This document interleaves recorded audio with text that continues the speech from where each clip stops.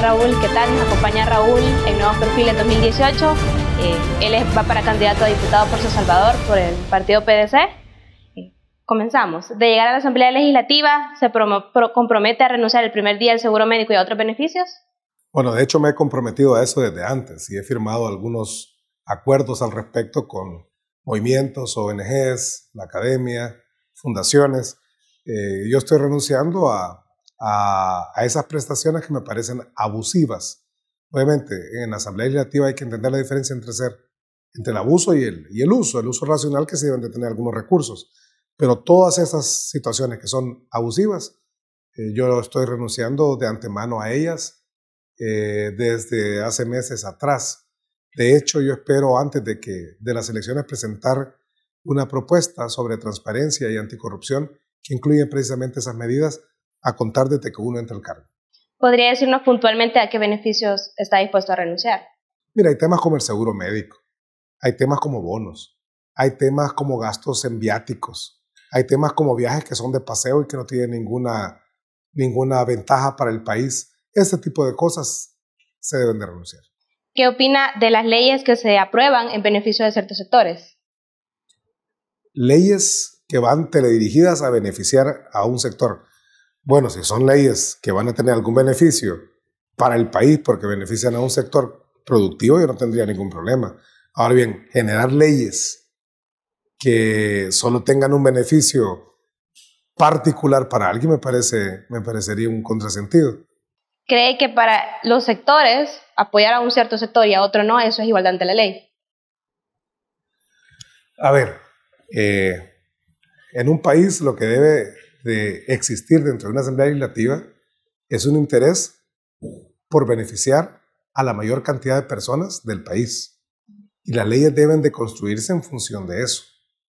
Si se construyen leyes solo para beneficiar a un sector y más aún para afectar a otro sector, esas leyes pierden su legitimidad y por lo mismo yo no podría estar de acuerdo. Las leyes se construyen y se generan en beneficio de toda la colectividad. Eso es lo que yo estudié cuando era estudiante de Derecho. Usted habla de apoyar a un sector, que es el sector campesino.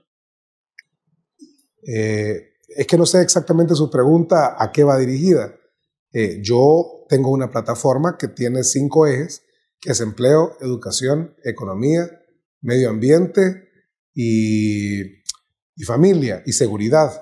Son 6 ejes. Obviamente en la parte de medio ambiente hay leyes que sí tienen que ver con el campesino, con el micro, con el mediano, con el pequeño productor. De hecho, alguna gente me ha dicho que por qué no incluye a todo el sector. Hay algunos ya productores que son empresariales que también tienen que ser parte de una regulación, y es que yo he mencionado el tema de los microseguros catastróficos, que eso beneficia más que todo a medianos, pequeños y microempresarios, pero también en mi propuesta he hablado de una ley de seguro agrícola. Ese puede servir para cualquier tamaño de productor que trabaje en el agro. ¿Eso es igualdad ante la ley o mediante la ley? Eso es igualdad mediante la ley y ante la ley, es ambas cosas, porque mediante la ley logramos igualdad para todos. Su propuesta menciona incentivos fiscales para promover la inversión.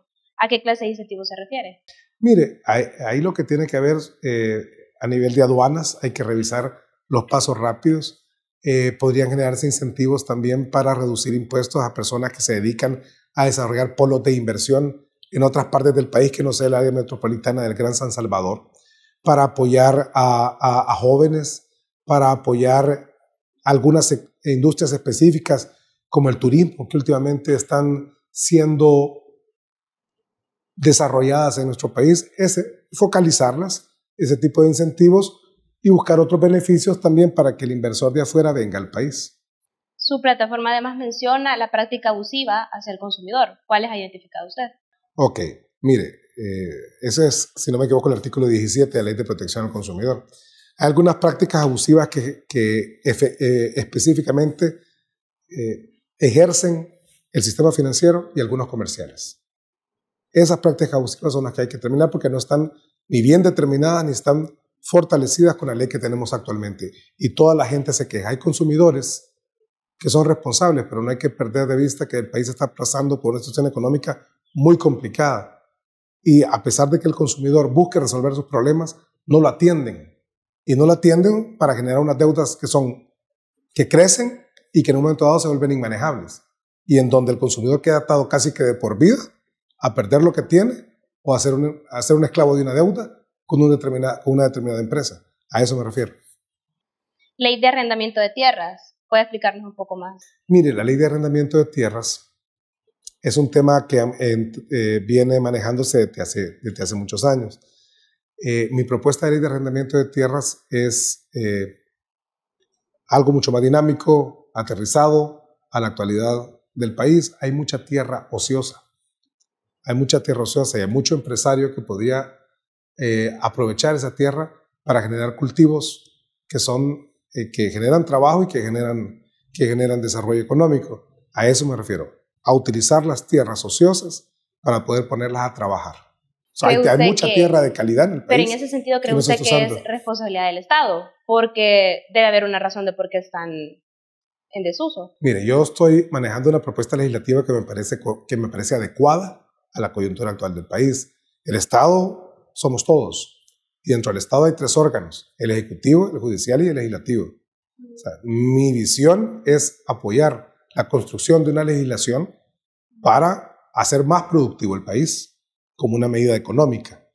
Ahora bien, el Estado como tal habría que definir quién dentro del Estado puede tener un interés en boicotear semejante propuesta. Usted habla de una ley para facilitar los trámites. ¿No cree que eso es contrario a la práctica, considerando que las trabas han sido creadas por el propio Estado? Mire, nuevamente vuelvo a lo mismo. El Estado es un conglomerado de actores. Claro, pero de hecho las leyes son creadas por el legislativo. Crear una ley para realizar trámites más fácil no es un poco contrario. Mi propuesta no dice lo que usted me está diciendo. Mi propuesta habla de facilitación de trámite y concreta.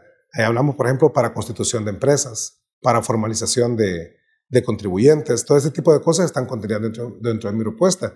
Y eso lo que hace es hacer mayor para mejorar la base impositiva, formalizar a las personas, darles acceso al crédito a estas personas, que puedan inscribir sus empresas de una manera más fácil, no siguiendo los 50 y tantos saltitos que hay que dar hoy para tener una empresa. Todo ese tipo de cosas se deben de facilitar para ordenar la economía, para mejorar las finanzas públicas y además, nuevamente, para generar desarrollo productivo.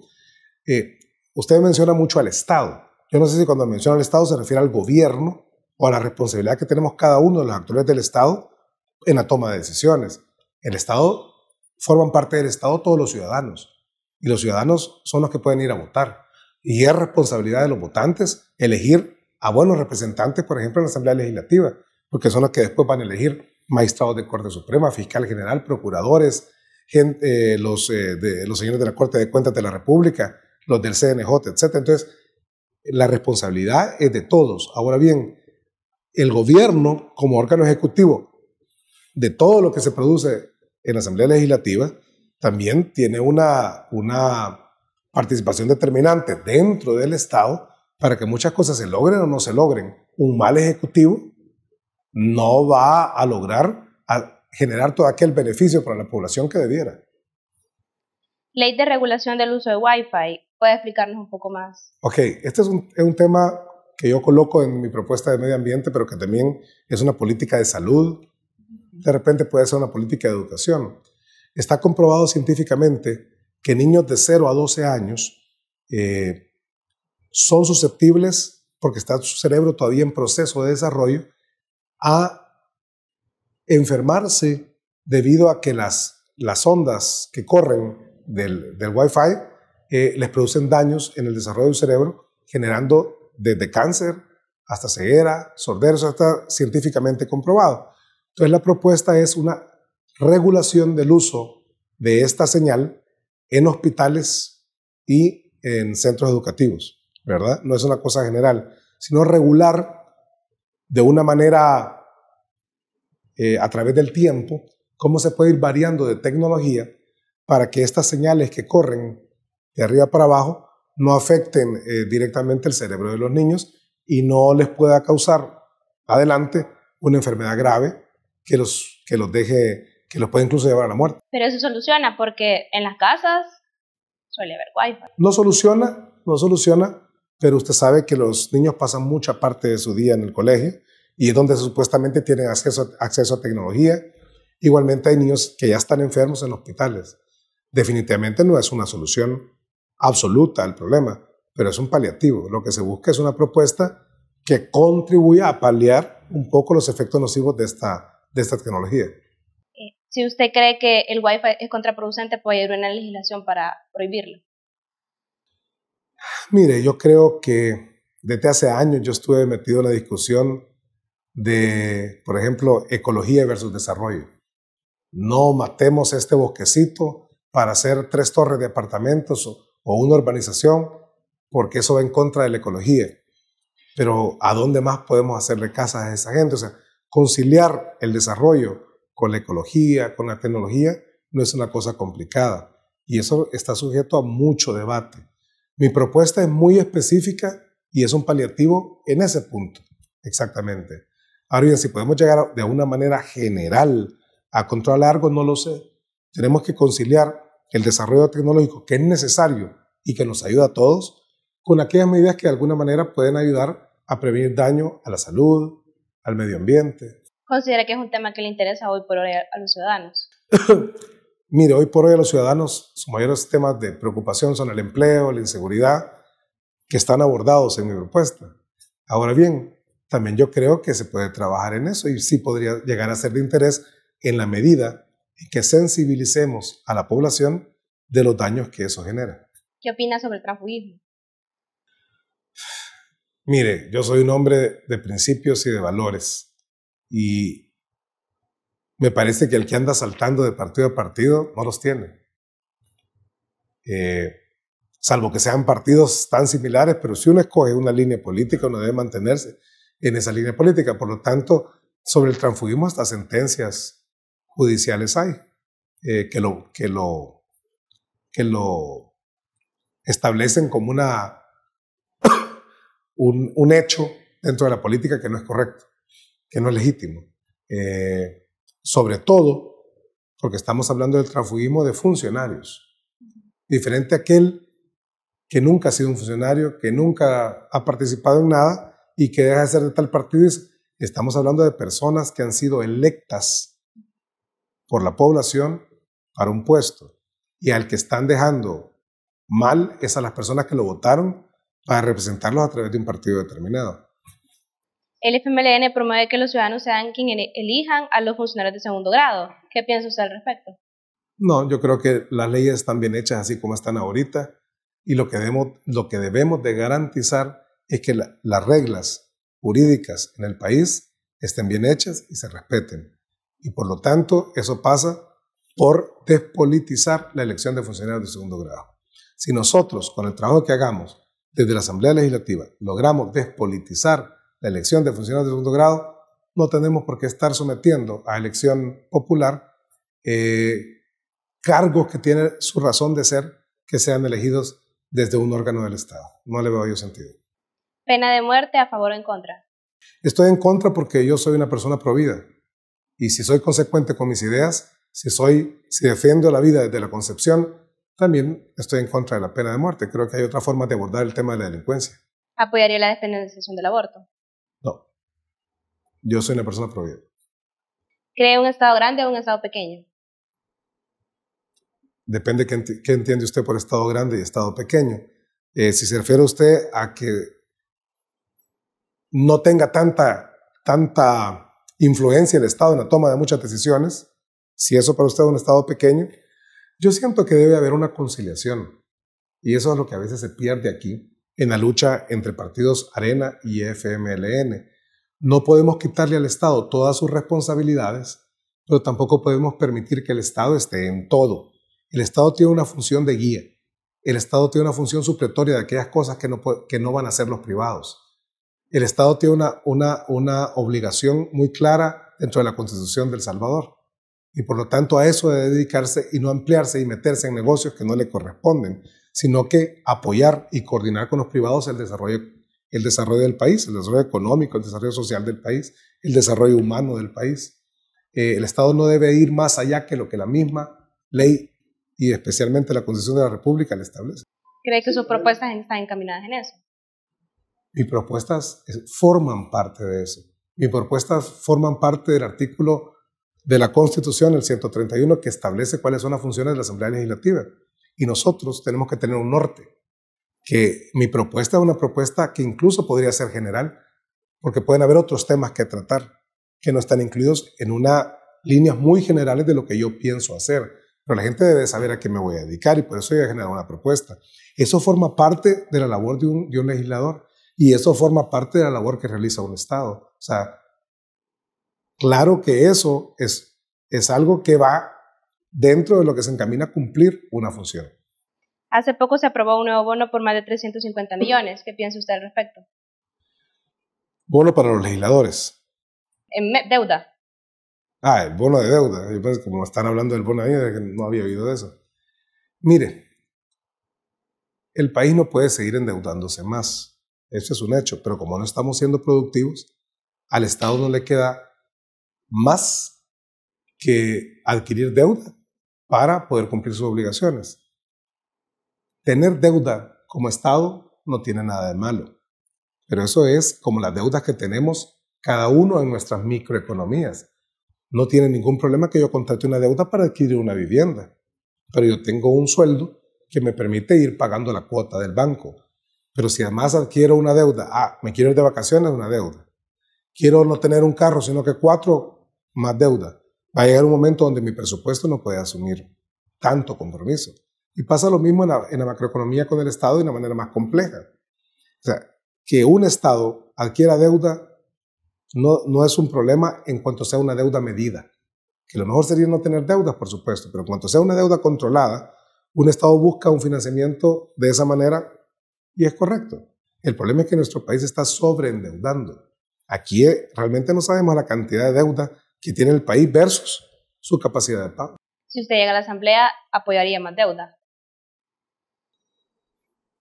Ya se lo respondí. Yo creo en una deuda que sea responsable, en que el Estado tenga la capacidad de absorberla.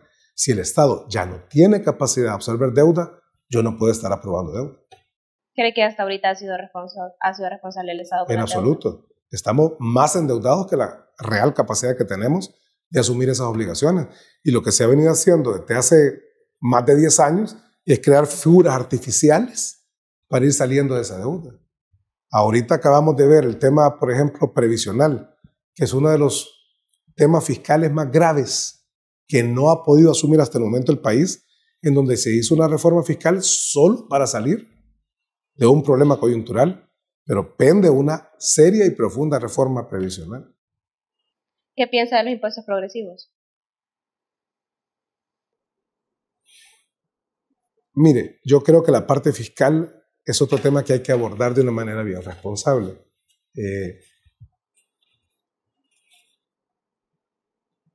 En el programa, yo no conozco el programa fiscal, por ejemplo, del actual gobierno.